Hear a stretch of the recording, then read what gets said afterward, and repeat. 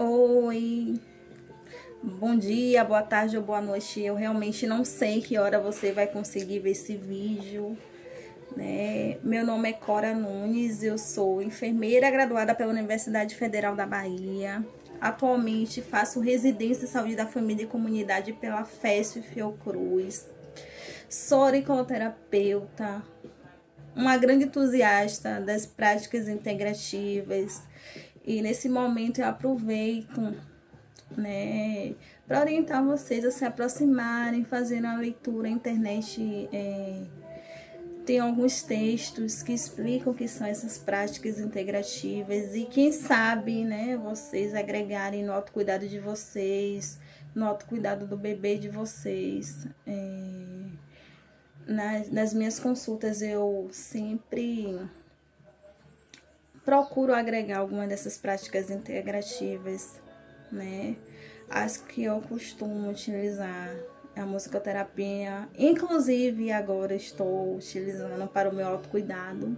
Vocês devem estar ouvindo aí uma musiquinha de fundo, também aromaterapia e assim os pacientes, os usuários trazem feedbacks muito positivos relacionado, né, ao uso dessas práticas nas minhas consultas e eu consigo realmente ver a eficácia destas, né, no meu dia a dia. Né? Eu consigo promover um cuidado mais holístico, ou seja, um cuidado mais integral, né, do meu usuário quando eu agrego essas práticas integrativas, né? Mas assim, hoje eu tô aqui, na verdade, a convite da mãe de Emily, né? Vocês fizeram algumas perguntas, né, relacionadas a esse contexto da pandemia, né? Infelizmente a pandemia não acabou, gente. Embora a gente esteja com essa falsa sensação de que acabou, não acabou. Morrer 900 pessoas, olha só, 900 pessoas por dia por uma única doença. É triste e é grave, né? E assim, quem puder ficar em casa, fique, gente. Eu sei que não é a realidade de muita gente, a gente precisa trabalhar, a gente precisa pagar conta, mas quem puder ficar em casa, fique e não se exponha, né? Só se for realmente necessário essa exposição, porque o coronavírus é uma doença cruel e pouco conhecida, certo? Então, vocês trouxeram algumas perguntas, assim, algumas se repetiram, algumas são bem parecidas com as perguntas das mães que eu atendo, né, dos bebês que eu atendo, são dúvidas assim bem semelhantes, né, bem iguais assim, sobretudo relacionado à febre e à diarreia, que são doenças mais prevalentes, né, nessa primeira infância, né, no bebê e na criança. Em relação à febre, né, a partir de quantos graus é considerado febre, o que fazer, quando realmente é importante levar, né, na emergência e tal. É muito comum vocês, assim, terem essa dúvida em relação à febre, quantos graus, né, a criança mais esquentadinha tá com febre, e assim, muitas de vocês utilizam as mãos para ferir a febre, o que não é muito indicado, já que cada um tem a sua temperatura corporal e a nossa mão engana, né? A nossa mão não é um instrumento de aferição de febre. Para isso a gente tem um termômetro, né? Quantas e quantas vezes as mães me mandam mensagem, eu chego lá no consultório, eu trabalho lá em Camaçari, no Parque das Mangabas, aí chega, Cora, eu tô achando meu bebê, tô achando que tá com febre e tal. Eu, sim, você viu no termômetro quantos graus tá e tal. Não, Cora, eu toquei nele e tô sentindo mais quentinho. E quando você vai ver, realmente não, né? Com um erro, assim, né? Foi confundido a temperatura da mão com o corpinho do bebê e tal. Então, a partir de quanto é febre, né? A partir de 37,8, né? 37,8 a gente considera que estamos no processo de hipertermia, febre, né? Abaixo disso não é, 37 não é febre, né? 37, a partir de 37,8 e acima disso. Mas e aí, né? O que é que a gente pode fazer antes de entrar nas medidas farmacológicas, que é muito comum, né? As mamães utilizarem os antitérmicos da vida, fazer a automedicação, que também é muito perigoso, né? Eu não vou ser leviana aqui e antiética e responsável de prescrever antitérmico, né? Até porque eu sou uma profissional que luto contra isso. Eu acho que o mínimo que a gente puder usar de medicamento sintético, de alopático, eu acho que é muito melhor, né? Eu sempre, antes de recorrer, né, aos medicamentos, eu sempre procuro antes agregar medidas não farmacológicas. Em relação à febre, algumas medidas têm eficácia comprovada cientificamente, como por exemplo, né, um banho de água morna, né, você sentir que realmente está com aquela febrinha aí, tomar um banho, dar um banho no bebê de água morna. As compressas com água na temperatura ambiente ou com água gelada também é uma medida não farmacológica eficaz, né? Comprovada cientificamente a sua eficácia. É importante. E assim, ter cuidado também com a compressa. Muitas vezes já me foi relatado o uso de álcool como compressa. E não é seguro utilizar o álcool para fazer compressa, porque o álcool, né, sobretudo em bebês, pode penetrar na pele, a pele pode absorver e provocar um quadro de intoxicação, né? Então, não é água em temperatura ambiente ou gelada, né? Além disso, tentar ficar o mínimo de roupa possível. Os bebês, né? Ficar com a fraldinha, ou de calcinha, ou de cueca, né? E aí, relacionado, né, a febre, tem também aquele quadro com a secreção nasal, que a gente conhece mais como coriza, né? O que é que a gente pode fazer para melhorar a coriza? Né? Uma medida não farmacológica, né, bastante eficaz, é a lavagem nasal com soro fisiológico 0,9%, que não precisa de prescrição para comprar o álcool, ou, desculpe, para comprar o soro fisiológico não precisa de prescrição, né? Em qualquer farmácia vende. E aí, o que é que você pode fazer? Com a ajuda de uma seringa, que pode ser de 5 ou de 10 ml, você promover essa lavagem nasal, né? Uma maneira de você fazer quando for fazer a lavagem das narinas, é você inclinar a cabecinha no sentido oposto. Por exemplo, se você for lavar a narina direita, você inclina para o lado esquerdo, porque aí vai fazer a lavagem, né, no sentido oposto, e vai sair essa secreção, essa coriza pela outra narina. E assim, a esquerda também vira para o direito, né? Além disso, né, investir na água, se for uma criança acima de 6 meses que não tiver em aleitamento exclusivo, porque a gente sabe que criança antes de 6 meses não precisa você oferecer água, né? O leite materno já tem água suficiente. E aí você aumentar essa livre demanda, oferecer mais vezes o peito para o bebê. As crianças acima de 6 meses que já tem alimentação complementar, amamentação complementar, já dá para você oferecer água, suco, principalmente os sucos ricos em vitamina C, goiaba, caju, laranja, limão, morango, né? E assim, existe aquele momento em que você já fez as medidas farmacológicas e a criança não tá melhorando, já tá passando 4 dias, 5 dias e aquela febre continua alta, né? E aí você precisa estar também atenta aos sinais de alerta, né? Os sinais de alerta em relação ao quadro mesmo de síndrome gripal, né? De gripe, né?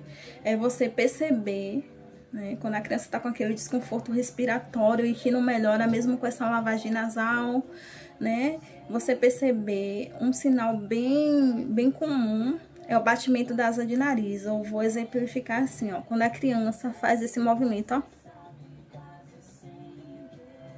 tempo todo, abrindo e fechando esse nariz. A gente chama batimento de asa de nariz, é um sinal de alerta importante, né? Além disso, a criança tem uma dificuldade também, tá com a dificuldade de respirar, né? Que tá com muita secreção e tal, e que essa lavagem não tá melhorando, as medidas que você já adotou anteriormente não tá melhorando, você perceber o tórax dela, né? Ela usa muito esses músculos para respirar, além dos músculos da costela, que a gente chama de tiragem intercostal.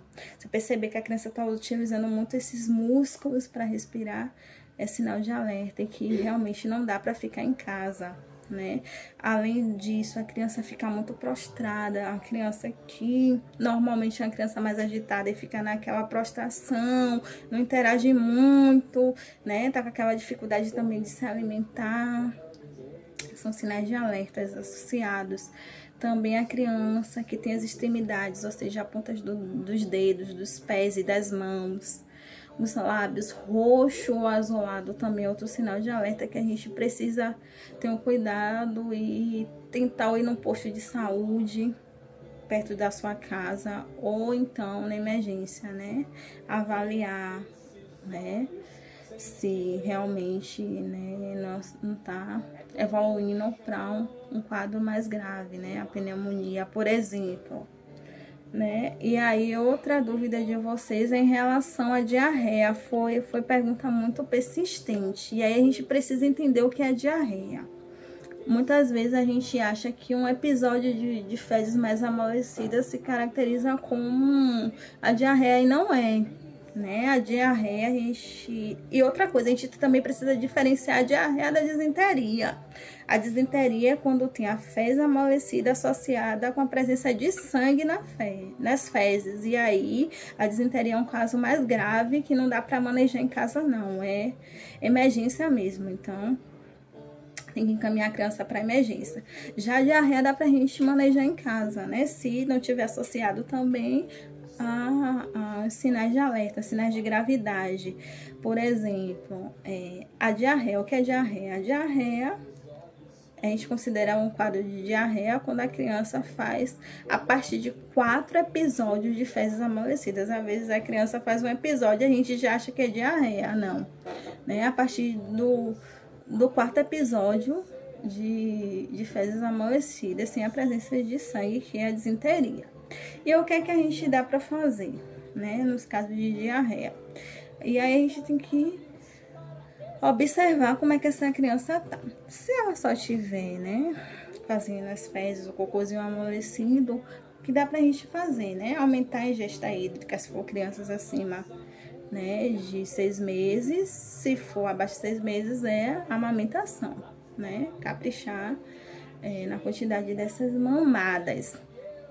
Mas se for uma criança acima de 6 meses, é você realmente oferecer mais água, né, para essa criança. E de maneira nenhuma fazer algum movimento para interromper essa diarreia. Porque se ela tá tendo diarreia, significa que ela ou comeu alguma coisa, né, que provocou, né, esse quadro, ou, por exemplo, colocou a mão no chão e colocou na boca e, né, teve algum distúrbio aí. Então, não dá para acessar essa diarreia. O corpo da criança que vai se encarregar de cessar mesmo uma diarreia. E aí é importante também a gente analisar alguns sinais de gravidade da diarreia, que geralmente vem acompanhada ali de uma desidratação, né? Então, a diarreia só é dita grave quando está associada à desidratação, né? Que pode vir um vômito. Então, os sinais de alerta mais comum, né, da diarreia barra hidratação se essa diarreia ficar mais de 5 dias, né? Você deu mais água à criança, ficou mais observante e a diarreia tá mais de 5 dias, aí já é importante a gente avaliar se não é o caso de levar, por exemplo, num posto. No posto dá pra gente manejar a diarreia, né? Observar essa febre também, se é uma febre mais persistente, se tem o sangue nas fezes, que eu já disse, é o quadro de disenteria, né? A criança também que tem a diarreia, mais de 5 dias e tá mais letárgicazinha, tá mais prostrada, né? A criança também que chora e não sai lágrima, é um sinal de desidratação, porque a gente sabe que a criança chora, criança hidratada, sai lágrima. Outra coisa que a gente pode observar, numa pessoa, na criança hidratada, a gente faz esse movimento que a gente chama de prega cutânea. Na gente que tá hidratado, né? A gente faz, quando a gente solta, volta pro lugar, né? O turgor da pele volta pro lugar, né? A criança que tá desidratada, você faz esse sinal da prega, você solta essa prega continua ali, né? Você faz esse movimento e a pele não volta, fica ali. Outra coisa, a criança que tem a desidratação, a fontanela, mais conhecida como moleira, fica mais abalada, mais profunda, né? Não fica tão pulsátil, não pulsa tanto, né? Outro sinal de alerta que a gente precisa observar. A criança desidratada, né, por diarreia, por exemplo, a criança que traz como outro sinal de alerta é passar 6 a 8 horas sem urinar. A criança que passa 6 a 8 horas sem urinar e que tá com diarreia, né, isso é um sinal de alerta que a gente precisa realmente observar, né, para que ela não evolua para um quadro mais grave de desidratação. Né? Deixa eu ver o que mais. Acho que é isso. Os sinais de alerta relacionados à desidratação e à diarreia são esses, assim. Foram essas perguntas, né? Mais comuns. E assim, o vídeo já tá longo. Eu não queria que fosse um vídeo tão longo, mas eu acho que eu consegui, na medida do possível, dar algumas orientações. Algum manejo que vocês consigam fazer em casa e evitar que você, junto com sua criança, se exponha nas emergências da vida, né? O coronavírus tá aí, né? Outra coisa que eu queria pedir para vocês, ontem foi o aniversário do SUS, né? Um sistema assim maravilhoso, acessível, integral. Qualquer pessoa tem direito ao SUS, gente. Assim, não é utopia. Eu sou uma trabalhadora do SUS e eu sei o quão potente é esse sistema, né? Infelizmente, a mídia demoniza muito. E antes de a gente demonizar, vamos conhecer, né? Vamos fazer valer o nosso direito. O controle social existe. Se você passou por alguma dificuldade ou alguma situação negativa no SUS, denuncie na ouvidoria. Agora, né? A gente precisa conhecer antes de falar, antes de criticar, certo? Eu sou trabalhadora e militante do SUS. E assim, eu vejo diariamente a diferença que tem um sistema que promove a equidade e integralidade, né, na assistência, é tão maravilhoso enquanto promove mudança na vida das pessoas, certo? Se interessaram pelas práticas integrativas, se aproximem. Eu sou auriculoterapeuta. Se vocês quiserem alguma sessão, né? Vamos conversando. Podem me procurar nas redes sociais, eu tenho Instagram também. Se tiver alguma dúvida, eu tô sempre disponível. Tudo que eu fizer para vocês não se exporem, né, ao vírus, nas emergências, eu estou disponível, certo? Um beijo, espero que de alguma forma eu tenha contribuído com alguma orientação. Se ficou alguma dúvida também pode me perguntar, pode mandar pergunta pela mãe Gmail, que eu estou realmente disponível, certo? Um beijo, se cuidem, cuide dos seus.